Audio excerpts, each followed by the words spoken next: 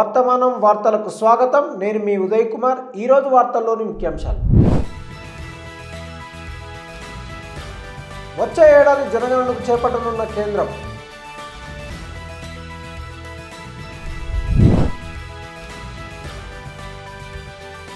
బాంద్రా స్టేషన్లో తొక్కిసలాట, దేశంలో మౌలిక సదుపాయాల కొరతకు నిదర్శనమన్న రాహుల్ గాంధీ.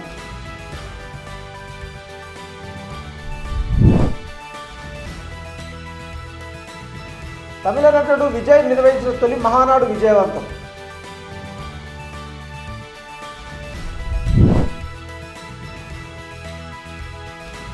ఎనభై 85% మంది పాఠశాల విద్యార్థులు కెరీర్ గైడెన్స్ కోసం ఏఐని ఉపయోగిస్తున్నట్టు నివేదికలో వెల్లడి.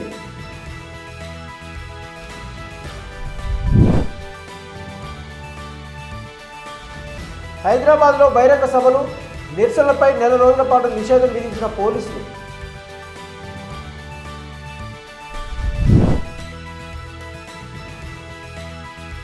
ఆసిఫాబాద్లో యువకుడిపై దాడి, చెట్టు కట్టేసిన వైనం.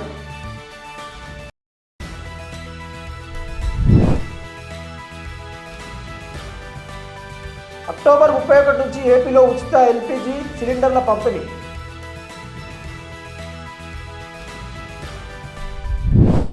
దేశంలో సుదీర్ఘకాలంగా వాయిదా పడుతూ వస్తున్న జనగణనకు కేంద్ర ప్రభుత్వం సిద్ధమవుతున్నట్లు అధికారిక వర్గాల సమాచారం.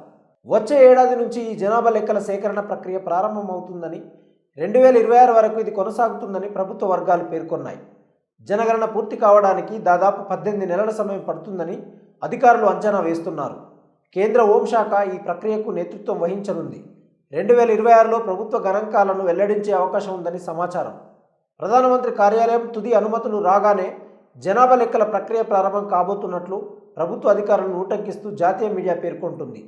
కాగా ఇప్పటికే జనాభాలో చైనాను దాటిపోయి ప్రపంచంలోనే అత్యధిక జనాభా కలిగిన దేశంగా భారత్ మారిందని గత ఏడాది ఐక్యరాజ్యసమితి నివేదిక పేర్కొన్న విషయం తెలిసిందే. చివరిసారిగా 2011లో జనగణన చేపట్టారు. ఆ తర్వాత 2021లో జరగాల్సి ఉన్నప్పటికీ కోవిడ్ మహమ్మారి కారణంగా వాయిదా పడింది. ఆ తర్వాత మహమ్మారి ప్రభావం తగ్గినప్పటికీ జనగణనపై కేంద్రం దృష్టి సారించలేదు. దీంతో ప్రభుత్వంపై అనేక విమర్శలు వచ్చాయి. బ్రిటిష్ కాలంలో 1881లో మొదలైన దేశంలో జనగణన ప్రతి 10 ఏళ్లకు ఒకసారి జరుగుతుంది. షెడ్యూల్ ప్రకారం 2021లో జరగాల్సి ఉన్న గత 3 ఏళ్లుగా ఎప్పటికప్పుడు వాయిదా పడుతూ వస్తుంది. రాష్ట్రాల వారీగా జాతీయ స్థాయిలో వివిధ అభివృద్ధి పథకాలు, సంక్షేమ కార్యక్రమాల అమలుకు ఈ జనాభా లెక్కలే కీలకం. ఇదే సమయంలో కులగణన కూడా చేపట్టాలని ప్రతిపక్ష పార్టీలు డిమాండ్ చేస్తూ ఉన్నాయి. దీనిపై ప్రభుత్వం ఇంతవరకు ఎటువంటి నిర్ణయం తీసుకోలేదు. జనగణనకు సంబంధించి విధి విధానాలు త్వరలోనే విడుదల చేసే అవకాశం ఉందని అధికారిక వర్గాలు తెలిపాయి. ముంబైలోని బాంద్రా రైల్వే స్టేషన్లో ఆదివారం జరిగిన తొక్కిసలాట భారతదేశ మౌలిక సదుపాయాల కొరతకు తాజా నిదర్శనమని లోక్సభలో ప్రతిపక్ష నాయకుడు రాహుల్ గాంధీ బీజేపీపై విరుచుకుపడ్డారు. ప్రారంభోత్సవాలు, ప్రచారాలపై ఉన్న శ్రద్ధ ప్రజల ప్రయోజనాల కోసం చూపాలని ఆయన ఎద్దేవా చేశారు. బాంద్రా రైల్వే స్టేషన్లో గోరఖ్పూర్ వెళ్లే రైలు ఎక్కే క్రమంలో తొక్కిసలాటలో 9 మంది గాయపడ్డ విషయం తెలిసిందే. రాబోయే దీపావళి, ఛత్ పండుగల దృష్ట్యా పెద్ద సంఖ్యలో ప్రజలు తమ స్వస్థలాలకు వెళ్లేందుకు బాంద్రా టెర్మినస్ స్టేషన్కు చేరుకున్నారు. ఆ సమయంలో రైలు ఎక్కేందుకు ఒక్కసారిగా జనాలు ఎగబడడంతో తొక్కిసలాట చోటు చేసుకుందని రైల్వే వర్గాలు తెలిపాయి. ఈ మేరకు రాహుల్ గాంధీ ఎక్స్లో పోస్టులో మాట్లాడుతూ, బాంద్రా స్టేషన్ తొక్కిసలాట భారతదేశం నాసిరకం మౌలిక సదుపాయాలను తాజా ఉదాహరణ అని అన్నారు. గతేడాది జూన్లో బాలాసోర్ రైలు ప్రమాదంలో 300 మంది ప్రాణాలు కోల్పోయారని, అయితే బాధితులకు నష్టపరిహారం ఇవ్వడానికి బదులుగా బీజేపీ ప్రభుత్వం సుదీర్ఘ న్యాయ పోరాటంలో చేస్తుందని ఆయన ఆరోపించారు. నిర్మించిన 9 నెలలకే ఛత్రపతి శివాజీ మహారాజ్ విగ్రహం కూడా కూలిపోయినప్పటి పరిస్థితి గమనిస్తే బీజేపీ వారికి శివాజీ మహారాజ్పై గౌరవం లేదని, ప్రజా భద్రతపై శ్రద్ధ లేదని, కేవలం ప్రచారం మాత్రం శ్రద్ధ చూపుతారని అర్థమవుతుందని రాహుల్ గాంధీ అన్నారు. ఈరోజు దేశానికి అంతర్జాతీయ స్థాయి మౌలిక సదుపాయాలు అవసరం. ఇది పేదల స్థానిక అవసరాలను తీరుస్తుంది, ప్రయాణం సౌకర్యవంతంగా, ప్రజలు సురక్షితంగా చేస్తుందని ఆయన చెప్పారు. తమిళ నటుడు విజయ్ కొత్తగా స్థాపించిన రాజకీయ పార్టీ తమిళగా వెట్రి కజగం నిర్వహించిన తొలి మహానాడు ర్యాలీ విజయవంతమైంది. తన మొదటి రాజకీయ ప్రసంగంలో అధికార డీఎంకేపై హీరో విజయన్ విరుచుకుపడ్డాడు. ఒక కుటుంబం అండర్ హ్యాండ్ డీల్ ద్వారా రాష్ట్రాన్ని లూటీ చేస్తుందని అన్నారు. వారు అండర్ గ్రౌండ్ డీలింగ్ చేస్తారు, మైనార్టీలను మోసం చేయడానికి ఫ్యాసిజం అంటారు, ద్రావిడ మోడల్ పేరుతో మీరు ప్రజలను మోసం చేస్తున్నారని ఆయన అన్నారు. బీజేపీపై కూడా మౌనంగా విమర్శలు గుప్పించారు. వివిధ అంశాలతో దేశాన్ని విభజించే శక్తులు అవినీతికి పాల్పడేవారు తమ పార్టీకి శత్రువులని అన్నారు. ద్రావిడాన్ని, తమిళ జాతీయతను తమ పార్టీ వేరుగా చూడదన్నారు. ఈవీఆర్ పెరియర్, కె కామరాజ్ లాంటి నేతల ఆశయాలకు అనుగుణంగా తమ పార్టీ లౌకిక సామాజిక న్యాయ సిద్ధాంతాలతో ఏర్పడిందని ఆయన స్పష్టం చేశారు. బీజేపీయే మా సైద్ధాంతిక ప్రత్యర్థి, డిఎంకే మా రాజకీయ ప్రత్యర్థి అని విల్లుపురం జిల్లా విక్రవాండిలో జరిగిన భారీ సభను ఉద్దేశించి విజయ్ అన్నారు. పుట్టుకతో అందరూ సమానమే అన్నది తమ పార్టీ సిద్ధాంతమని స్పష్టం చేశారు.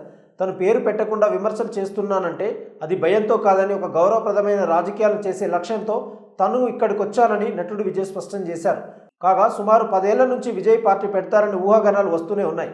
ఎట్టకేలకి ఈ ఏడాది ఫిబ్రవరి 2న ఆయన అధికారికంగా రాజకీయ అరంగేట్రం చేశాడు. 2026 ఎన్నికల్లో పోటీయే తమ లక్ష్యమని అప్పట్లో ప్రకటించారు ఆయన.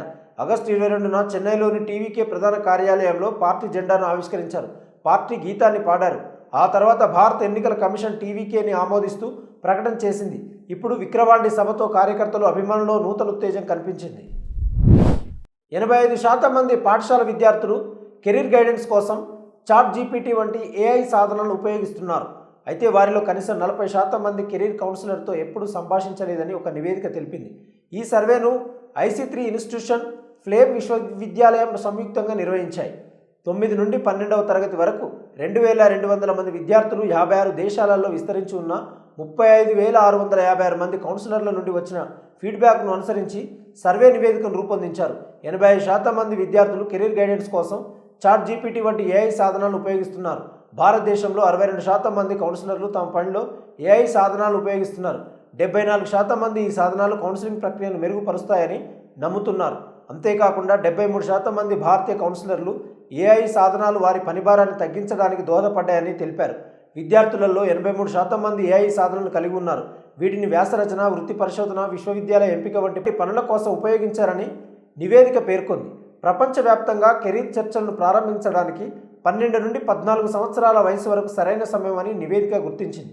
ప్రపంచవ్యాప్తంగా భారతదేశంలోనూ విద్యార్థుల కెరీర్ను రూపొందించడంలో తల్లిదండ్రులు కీలక పాత్ర పోషిస్తున్నారని నివేదిక పేర్కొంది. 73% మంది విద్యార్థులు 10 నుండి 14 సంవత్సరాల మధ్య వారి తల్లిదండ్రులతో కెరీర్ గురించి చర్చిస్తారని నివేదిక తెలిపింది. సికింద్రాబాద్, హైదరాబాద్ నగర పరిధిలో 5 లేదా అంతకంటే ఎక్కువ మంది ప్రజలు గుమిగూడడం, ఊరేగింపులు, ధర్నాలు, ర్యాలీలు, బహిరంగ సభలపై నిషేధం విధిస్తూ హైదరాబాద్ సిటీ పోలీస్ కమిషనర్ ఉత్తర్వులు జారీ చేశారు. ఈ ఆదేశాలు నిన్న సాయంత్రం నుండి అమల్లోకి వచ్చాయి. నగరంలో శాంతి భద్రతలను కాపాడే లక్ష్యంతో ఇంటెలిజెన్స్ నివేదికలకు అనుగుణంగా అక్టోబర్ 27 సాయంత్రం 6 గంటల నుండి నవంబర్ 28, 2024 సాయంత్రం 6 గంటల వరకు అమల్లో ఉంటుంది. హైదరాబాద్లో తరచూ వివిధ ప్రజా సంఘాలు, రాజకీయ పార్టీలు ధర్నాలు, ఆందోళనలు, రాస్తారోకోలు, బెటాయింపులు, నిరసన ప్రదర్శనలు నిర్వహిస్తూ వస్తుండటం వల్ల నగర ప్రజలు ఇబ్బందికర పరిస్థితులను ఎదుర్కొంటున్నారని, శాంతి భద్రత సమస్యలు తలెత్తుతున్నాయనే కారణంతో 144 సెక్షన్ విధించామని సివి ఆనంద్ వెల్లడించారు. భారతీయ నాగరిక సురక్ష సంహిత 2023లో సెక్షన్ 163 ద్వారా తనకు సంక్రమించిన అధికారాల ఆధారంగా ఈ నిర్ణయం తీసుకున్నట్లు సిపి పేర్కొన్నారు. ఈ మేరకు ప్రకటన విడుదల చేశారు. సెక్షన్ 144 అమల్లో ఉన్న ఈ నెల రోజుల పాటు హైదరాబాద్ నగర పోలీస్ కమిషనరేట్ పరిధిలో ఎలాంటి ఆందోళనలు, ధర్నాలకు అనుమతి ఉండదు. బహిరంగ సభలు, ర్యాలీలు నిర్వహించడం నిషేధం. ఎలాంటి ప్లకార్డులు, జెండాలు ప్రదర్శించడానికి పోలీసులు అనుమతి ఇవ్వరు. ధర్నాలను lower tank bund, Indira park వద్ద గల ధర్నా చౌక్ వద్ద మాత్రమే నిర్వహించాల్సి ఉంటుంది. హైదరాబాద్, సికింద్రాబాద్లలో ఆందోళన నిర్వహించడానికి అనుమతి లేదు. ఈ ఉత్తర్వులను సవరించడానికి లేదా రద్దు చేయడానికి మెజిస్ట్రేట్, రాష్ట్ర ప్రభుత్వం రెండింటికి అధికారం ఉంటుంది. ఆసిఫాబాద్ జిల్లా బెజ్జూరు మండలం మర్తాడి గ్రామంలో 19 ఏళ్ల యువకుడిపై స్థానికులు కొందరు దాడి చేసి చెట్టు కట్టేసిన ఘటన కలకలం రేపింది. మర్తాడి నివాసి అబిద్ ఇస్గాన్ గ్రామానికి చెందిన మైనర్ బాలికతో కలిసి కనిపించాడు. ఇద్దరు వేరువేరు మతపరమైన నేపథ్యాలకు చెందినవారు. అబిద్ అనుచితంగా ప్రవర్తించాడని ఆరోపిస్తూ గ్రామస్తులు అబిద్ను అదుపులోకి తీసుకుని తీవ్రంగా కొట్టడంతో ఉద్రిక్తత నెలకొంది. సమాచారం అందుకున్న స్థానిక పోలీసులు సంఘటన స్థలానికి చేరుకుని అబిద్ను రక్షించారు. అయితే ఆ గుంపు పోలీసులపై తిరగబడి ప్రభుత్వ వాహనాన్ని ధ్వంసం చేసింది. బాలిక తల్లిదండ్రుల ఫిర్యాదు మేరకు అబిద్ను అదుపులోకి తీసుకున్నారు. కాగా అబిద్ను ప్రాణాలతో రక్షించినందుకు మజ్లిస్ బచావో తెహ్రీక్ ఎంబీటీ ప్రతినిధి హంజద్ ఉల్లా ఖాన్ పోలీసులను మెచ్చుకున్నారు. అయితే మాబ్ లించింగ్ తీవ్రమైన ఆందోళనను వ్యక్తం చేశారు. ఈ సంఘటనను మాబ్ లించింగ్ స్టైల్గా ఆయన అభివర్ణించారు. అబిద్ ఏదైనా నేరం చేసి ఉంటే స్థానికులు చట్టాన్ని చేతిలోకి తీసుకోకుండా పోలీసులను సంప్రదించాల్సింది అని ఆయన అభిప్రాయపడ్డారు. ఇటీవల ముగిసిన 2024 లోక్సభ ఎన్నికలు, తాజా రాజకీయ పరిణామాలను చూస్తుంటే కొన్ని శక్తులు చట్టపరమైన హద్దులు దాటి ప్రవర్తించేలా ప్రోత్సహిస్తున్నారని, రాష్ట్రంలో ఇలాంటి సంఘటనలు పెరుగుతున్నాయని ఖాన్ విమర్శించారు. కొమరం భీం, ఆసిఫాబాద్, ఆదిలాబాద్ జిల్లాల్లో ఇటీవల జరిగిన వరుస మత ఘర్షణలు ప్రస్తావించిన ఎంబీటీ నేత ఈ ఘటనలపై ముఖ్యమంత్రి రేవంత్ రెడ్డి మౌనం వహించారని ప్రశ్నించారు. పెరుగుతున్న మత హింస ధోరణులపై చర్య తీసుకోవాలని ఏఐసిసి తెలంగాణ ప్రదేశ్ కాంగ్రెస్ కమిటీ నేతలకు ఎంబీటీ ప్రతినిధి అంజద్ ఉల్లా ఖాన్ పిలుపునిచ్చారు. ఇలాంటి ఘటనలు జరగకుండా జిల్లా వ్యాప్తంగా శాంతి భద్రతలు కాపాడాలని ప్రభుత్వాన్ని కోరారు. దీపావళి కానుకగా ఏపీ ప్రజలకు ఉచిత సిలిండర్ పథకం అక్టోబర్ 31 నుంచి ప్రారంభం కానుంది. ఈ మేరకు ఎల్పీజీ గ్యాస్ సిలిండర్ పంపిణీకి పౌర సరఫరాల శాఖ ఏర్పాటు చేసింది. ప్రభుత్వం అందజేసే 3 ఉచిత సిలిండర్లలో మొదటి సిలిండర్ మార్చి 31 లోపు, రెండోది జూలై 31 లోపు, మూడోది నవంబర్ 30 లోపు ఎప్పుడైనా పొందవచ్చు. ఉచిత గ్యాస్ కనెక్షన్ పొందేందుకు అర్హత కలిగిన ఎల్పీజీ కనెక్షన్ లబ్ధిదారుడికి ఉండాలి. అలాగే తెల్ల రేషన్ కార్డు, ఆధార్ కార్డు కూడా ఉండాలి. అన్ని అర్హతల నుండి ఉచిత సిలిండర్ కాకపోతే టోల్ ఫ్రీ నెంబర్ 1967 ఫోన్ చేసి ఫిర్యాదు చేయవచ్చు. ఇక ప్రస్తుతం ఏపీలో 1,55,00,000 గ్యాస్ కనెక్షన్లు, 1.47 కోట్ల రేషన్ కార్డులు ఉన్నాయి. ఇందులో అర్హులందరికీ సిలిండర్ అందిస్తామని మంత్రి నాదెండ్ల మనోహర్ తెలిపారు. ఉచిత గ్యాస్ సిలిండర్ పథకం అమలుకు సుమారు 895 కోట్ల రూపాయలను అక్టోబర్ 29వ తేదీన అడ్వాన్స్గా ఆయిల్ కంపెనీలకు చెల్లించనుంది ప్రభుత్వం. ఈ పథకానికి ఏడాదికి 2,684 కోట్ల వరకు ఖర్చు అవుతుందని ప్రభుత్వం అంచనా వేస్తుంది. అంటే మొత్తం ఈ 5 ఏళ్లలో 13,423 కోట్లు అవుతుందని అంచనా. ఇక వచ్చే ఆర్థిక సంవత్సరం నుంచి 4 నెలలకు ఓ సిలిండర్ చొప్పున ఉచితంగా అందిస్తారు. చంద్రబాబు నాయుడు ముఖ్యమంత్రిగా ఉన్నప్పుడు దీపం పథకం ప్రవేశపెట్టి 2005 వరకు కొనసాగించారు. ఆ తర్వాత రాజకీయ కారణాలతో ఆ పథకం ఆగిపోయింది. అయితే 2014లో టీడీపీ అధికారంలోకి వచ్చిన తర్వాత కూడా వివిధ కారణాల వల్ల దీపం పథకాన్ని అమలు చేయలేకపోయింది. 2024 ఎన్నికల సమయంలో ఇచ్చిన హామీ మేరకు చంద్రబాబు నాయుడు పేదల ప్రయోజనాల కోసం దీపం పథకాన్ని పునఃప్రారంభించారు. వాస్తవ వార్తలకు ప్రమాణం టీవీ వర్తమానం.